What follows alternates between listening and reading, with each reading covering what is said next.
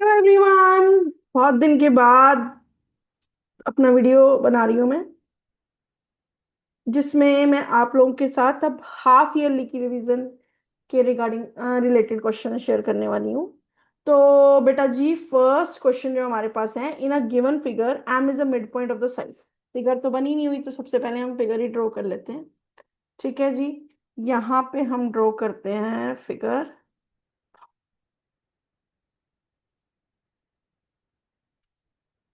एक सेकंड बेटा, थोड़ी सी ड्राइंग ना मेरी गड़बड़ नहीं, बहुत गड़बड़ है, तो समझ जाना थोड़ा सा। देखो, मैं थोड़ी बड़ी फिगर ड्रॉ कर देती हूँ, उससे क्या होएगा, ज्यादा इजीली समझ आ जाएगा। हमारे पास एक पैरेललोग्राम है। तुम बोलोगे मैम ये पैरेललोग्राम नहीं लग रही, थोड़ा सा समझ जाना कि ये पैरेललोग्राम है। तो अब हम क्या शुरू करते हैं इसमें। पैरेललोग्राम दोबारा बनाऊं? ठीक है, आपकी रिक्वेस्ट पे दोबारा बना देती हूँ, बट मुझे पता है दोबारा भी मेरी ड्राइंग में कुछ ना कुछ तो गड़बड़ होने वाली है।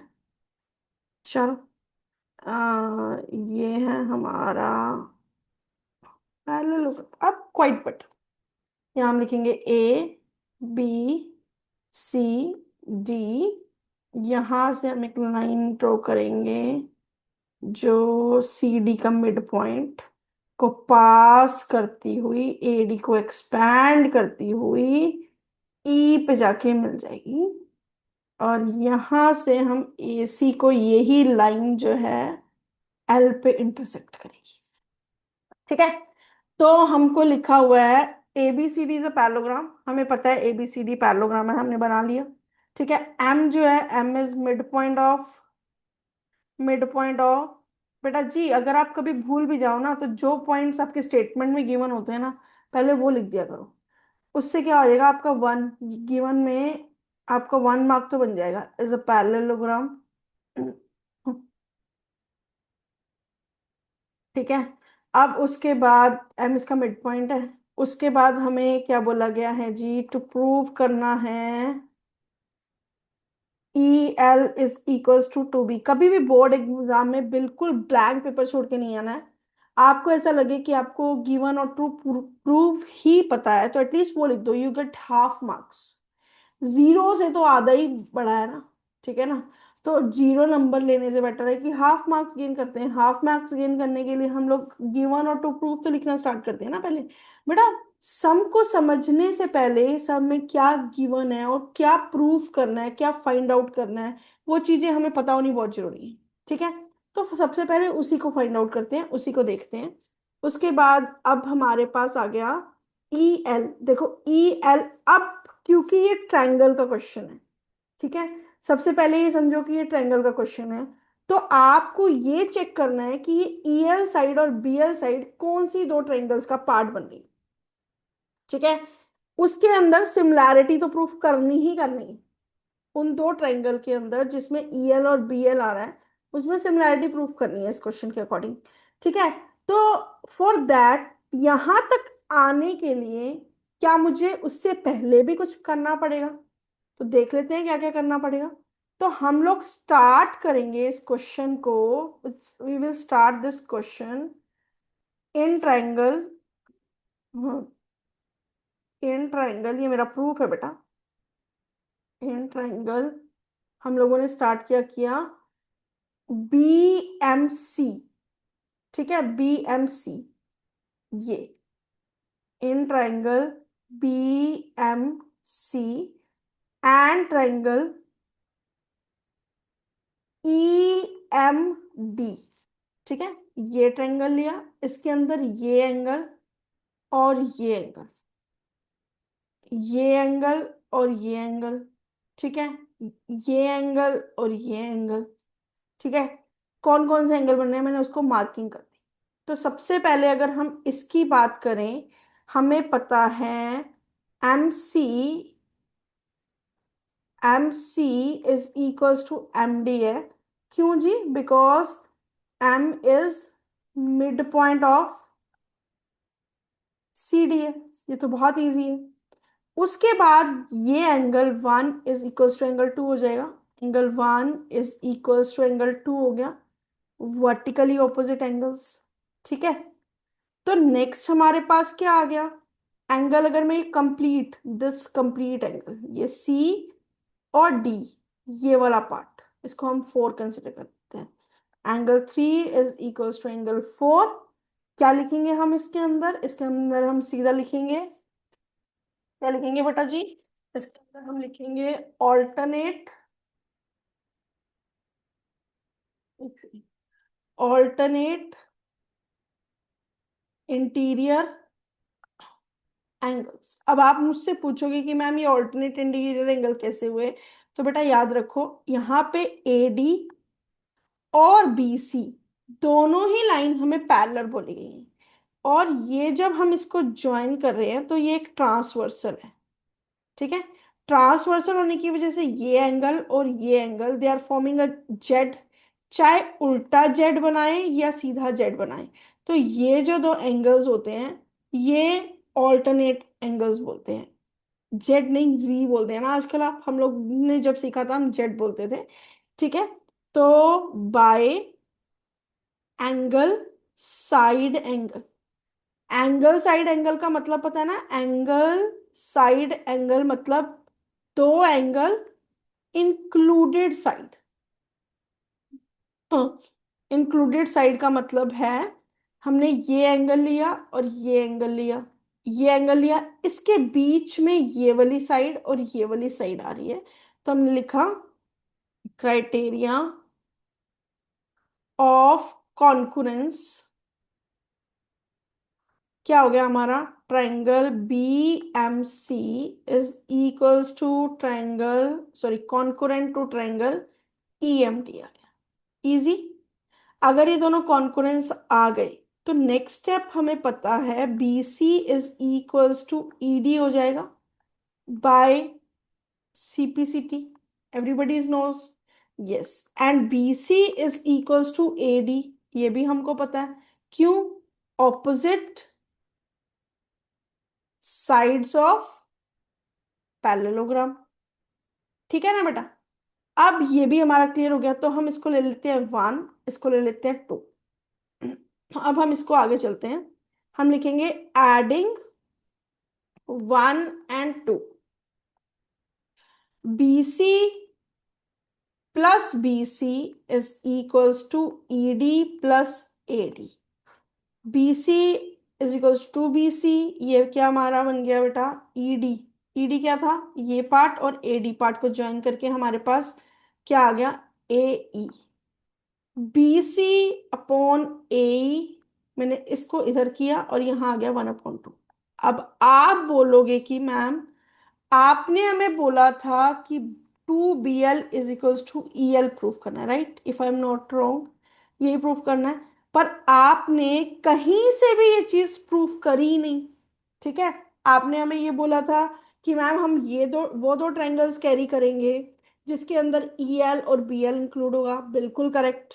बट बेटा जी आप ध्यान से देखो, ये टू ये टू तो मेरे पास था ही नहीं, कहीं से भी नहीं था। तो मैंने उस टू को अपनी फिगर के अंदर, अपने सोल्यूशन के अंदर ऐड करने के लिए पहले मैंने ये 1/2 वाला पार्ट सोल्व किया। ठीक है। ये पार्ट भी तो exactly BL upon EL is equals to 1/2 है ना? तो मेरे को ये 1/2 की नीड थी, वो मेरे पास नहीं था। फॉर दैट मैंने फिर से इस चीज को की सोचा कि मैं ये 1/2 कहाँ से कैरी करके ला सकती हूँ। तो इसको कैरी करने के लिए, इसको लेके आने के लिए मुझे पहले दो ट्रायंगल्स कॉन्करेंट प्रूफ करनी पड़ी, जिससे मुझे 1/2 मिल गया। ठीक है। क्वेश्चन इज नॉट डिफिकल्ट, सिर्फ उसको समझना कि मैं कैसे उसके आंसर तक जाऊंगी, या कैसे उसके आंसर तक सॉल्व करके स्टेप बाय स्टेप वहां तक पहुंचूंगी, दैट इज मोर इम्पोर्टेंट। ठीक है। तो बेटा अब हम दोबारा से फिर से फिगर ड्रॉ करते हैं। वो फिगर ऊपर चली गई है, तो मैं अब इसको रेड मार्कर से ड्रॉ करती हूँ आपके लिए। This is A, oh sorry, फिर से इसको मैं ए लिख देती हूँ, बट यहाँ पे बी पॉइंट है। ठीक है। This is A, B, C, D, producing the line from here, E intersecting from this L M। थोड़ा सा लाइन टेढ़ा हो गया है तो समझ जाना बेटा। अब मैंने आपको सिंपल सा बोला था कि बेटा हम लोगों को जो ट्रायंगल के अंदर बी एल और ए दोनों ही यहाँ एग्जिस्ट करते हैं, अब हम वो दो ट्रायंगल्स लेंगे। ठीक है, तो वो दो ट्रायंगल्स कैसे लेंगे, हम लिखेंगे एन ट्रायंगल। हमने हाफ पार्ट ऑलरेडी सॉल्व कर लिया है, 1/2 हमको मिल चुका है। तो हम लोग क्या करेंगे, इन ट्रायंगल बी, यहां से स्टार्ट किया बी, उसके बाद मैं क्या लिखूंगी B, then E A, B E A, and triangle. ठीक है, कुछ मिस तो नहीं किया मैंने, बी सी एल, रुको, बी सी एल, ये ट्रायंगल लेनी थी और ओहो, ठीक है बेटा, गड़बड़ हो गई यहाँ ट्रायंगल लेने के अंदर। ठीक है, तो हम लोगों को एक्चुअल में ट्रायंगल लेनी है, वो लेनी है B L C and triangle E L A. Basically ये वाली ट्रायंगल, मैं फिर से कलर चेंज करके आपको दिखा देती हूँ, ये ट्रायंगल और ये ट्रायंगल। ठीक है, इसके अंदर हमारे पास ये और ये एंगल, हम 5 और 6 कंसिडर कर लेते हैं, और ये 7 और 8 एंगल। ठीक है, angle 5 is equals to angle 6 है, वर्टिकली ऑपोजिट एंगल्स। उसके बाद angle 7 is equals to angle 8 है, अगेन ऑल्टरनेट एंगल्स। ठीक है, नीट एंगल्स। अब आप बोलोगे कि मैम ए डी और बी सी पैरेलल है। अच्छा, अगर मैं ये बताऊं, मैं ए डी को एक्सपैंड कर दूं, बी सी को भी सीधा सीधा एक्सपैंड कर दूं सेम गैप के ऊपर, तो क्या ये दोनों पैरेलल नहीं होंगे? तो हम फिर से ऑल्टरनेट वाली कंडीशन लगा सकते हैं। तो अब हमारे पास बाय ए सिमिलैरिटी क्राइटेरियन, ठीक है, triangle B L C is, sorry, similar to triangle E L A हो गया। ठीक है, अब B L C, B L is equals to E L हो जाएगा, क्योंकि corresponding parts of the similar similar triangles are equal. और हमें क्या चाहिए, B C upon E, sorry, ये हमने लिख लिया, ये लिख लिया, और हमने क्या लिया, बी सी अपॉन ई ए। तो यहाँ पे हमने B C is equals to A proof किया था 1/2, तो B L E L is equals to 1/2 from 3। ठीक है जी, तो 2 BL is equals to E L. ठीक है, E L is equals to 2 BL। Clear? Clear हो गया बेटा, हैंस प्रूव्ड। ठीक है, मेरी एक स्टूडेंट लिखती होती थी हैंस प्रूव्ड हमेशा, मैम आपने हैंस प्रूव्ड नहीं लिखा, तो मैं साथ के साथ लिख देती होती थी हैंस प्रूव्ड, पूरा क्वेश्चन सॉल्व करती थी और हैंस प्रूव्ड लिखना भूल जाती थी। तो वो मुझे पीछे से, बैक बेंचर थी वो, बट बहुत एक्टिव थी मैथ्स में, now she is in grade 12th। तो वो मुझे हमेशा बोलती थी, मैम आपने हैंस प्रूव्ड नहीं लिखा, तो मैं हैंस प्रूव्ड लिख देती थी। ठीक है, वंशिका, माय फेवरेट स्टूडेंट। ठीक है, तो वो हमेशा मुझे इसी तरह से बोलती थी। तो ये क्वेश्चन आप क्लियर हो गया होगा, आई होप समझ आ गया होगा। कोई भी डाउट हो जस्ट मैसेज मी बेटा, कमेंट मी, मैं डेफिनेटली वो क्वेश्चन, अगर आपको कोई डाउट वाला क्वेश्चन है या कोई क्वेश्चन ऐसा लगता है कि आपको इसमें प्रॉब्लम हो रही है, तो आप मुझे बोल देना, मैं उसको वीडियो बना के आपको शेयर कर दूंगी, so that you will get the good marks in your half year exam.